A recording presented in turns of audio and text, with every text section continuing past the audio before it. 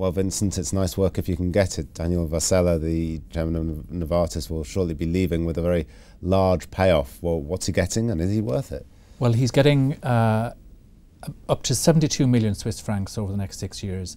He's stepping down as chairman of Novartis any day now at the AGM. It's already been announced, so his departure was not a surprise.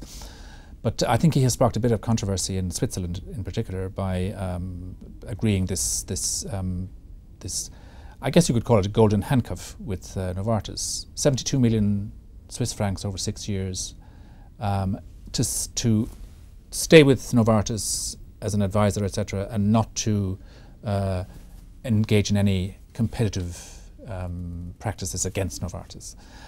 So I think the size of the package and the principle behind it are both very, very sort of controversial.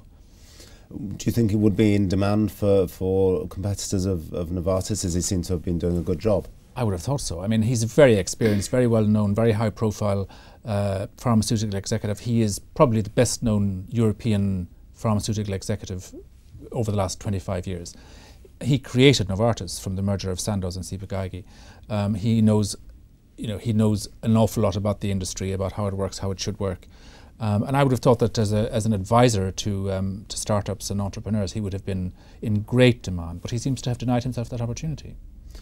Well, I guess he's going to be on hand for Novartis for some time to come. But you think startups is perhaps where he could have gone after this? I do. I mean, I can't see what else he can possibly do for Novartis. He's been leading the group for 17 years as chief executive until 2010, and then as chairman until this week.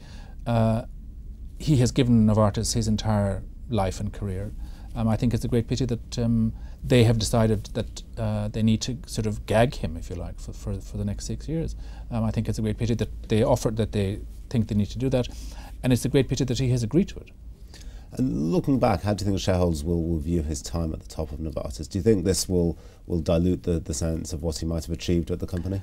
I don't think it will do that, but as I say, he was the sort of driving force of Novartis over the last 15 years or so. I mean, the share price has done reasonably well. It's up, I think on Bloomberg data, it's up about 250% since 1996 when the merger was created. That's better than the Swiss market, and it's sort of roughly in line with, maybe slightly better than the other big pharma companies like Roche or Glaxo. But it looks relatively modest compared to what other sectors have done, particularly in other parts of the pharma industry like biotechnology over the same period. And so I think that it's the bigger they get, the more modest the rewards are. That's the way with big pharma in particular. Well, I guess if nothing else, this kind of payout sets a benchmark that other chairmen around the globe and all kinds of industries might be looking at and sort of eyeing for themselves. Vincent, thank you very much.